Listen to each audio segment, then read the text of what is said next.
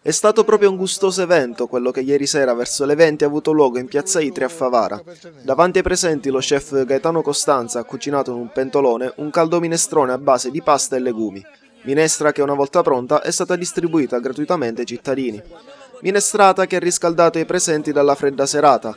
Per quanti hanno partecipato è stata un'ottima occasione per stare insieme chiacchierando del più e del meno tra una cucchiaiata e l'altra. C'è stato pure chi, magari andando di fretta o non volendo uscire dal caldo della propria vettura, si è fatto portare un piatto di minestra da consumare all'interno della propria automobile. Sorpresa non prevista, ma apprezzata, è stata la distribuzione di vino che qualcuno ha pensato di portare per condividerlo con amici, conoscenti e, perché no, con altri compaesani. Tanto apprezzata che la poca minestra rimasta è stata messa in appositi contenitori e pentole e portata a casa.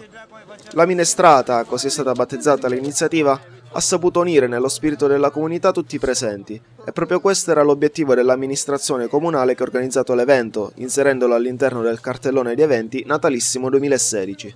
L'assessore Carlino, soddisfatta, tira le somme della piacevole serata e invita la cittadinanza a partecipare numerosa ai prossimi eventi. È una location appunto differente, sempre per continuare nel tema che Favara investe, il Natale investe su tutta Favara. Dobbiamo ringraziare per la riuscita di questo evento lo chef Gaetano Costanza, che ha saputo deliziare il nostro palato con una buonissima minestra, si è messo a disposizione sin da subito per la riuscita dell'evento, come lui, come tutti gli attivisti del Movimento 5 Stelle che hanno messo diciamo la parte tecnica, quindi montato gazzebi, tavoli, sedie e quant'altro fosse sufficiente per la realizzazione, la riuscita appunto di questa bellissima serata. È una serata fredda ma partecipata discretamente dalla cittadinanza. Devo ringraziare anche i consiglieri comunali del Movimento 5 Stelle che hanno saputo contribuire anche economicamente, quindi per il fine quindi di questa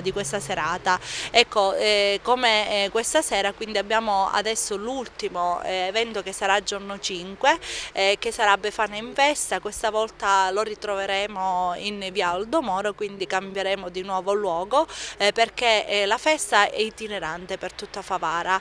Non dimentichiamo appunto il Capodanno che sarà invece in piazza e che viene organizzato da tutti i commercianti che si trovano nella piazza, e sarà sicuramente un bellissimo Capodanno come tutti quei 5 anni che si sono susseguiti.